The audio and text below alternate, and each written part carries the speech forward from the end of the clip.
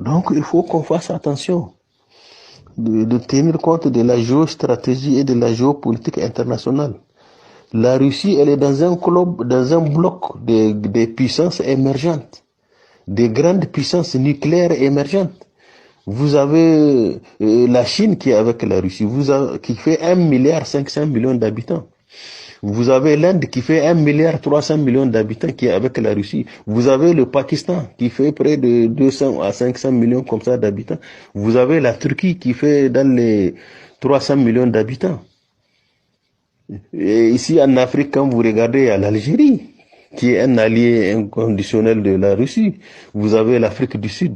J'en passe, il y en a beaucoup de pays émergents qui sont avec eux dans ce groupe. C'est un groupe qui militent pour un nouvel ordre économique international. Ils sont en train de se battre pour que le monde soit multilatéral.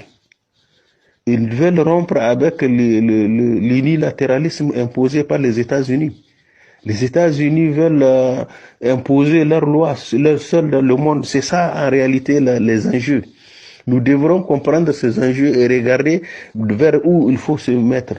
Soit on est non aligné ou bien on s'aligne sur un bloc qui défend nos intérêts. C'est ça la géopolitique.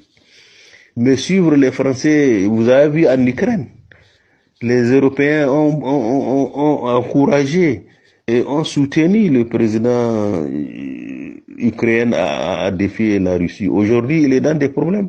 Ils ne font que lui envoyer des armes et il ne peut pas les défendre. Aujourd'hui, c'est la Russie qui va décider de la fin de la guerre. Même si la guerre prend fin, c'est en fonction de ce que la Russie va poser comme condition. Donc, vous voyez, c'est une guerre qu'ils ont créée de toutes pièces.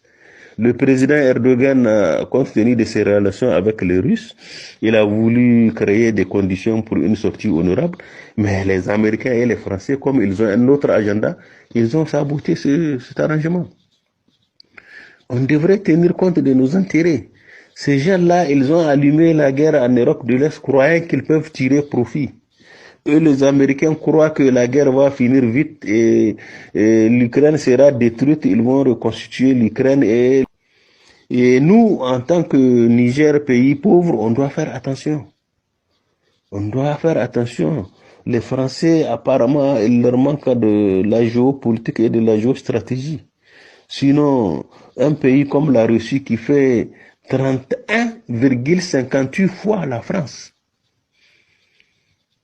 31,58 fois la superficie de la France. C'est ça la Russie. C'est presque un continent. C'est elle qui fournit 40% de leur consommation en énergie à l'Europe, toute l'Europe. C'est elle qui fournit 34% du blé et du maïs au monde entier.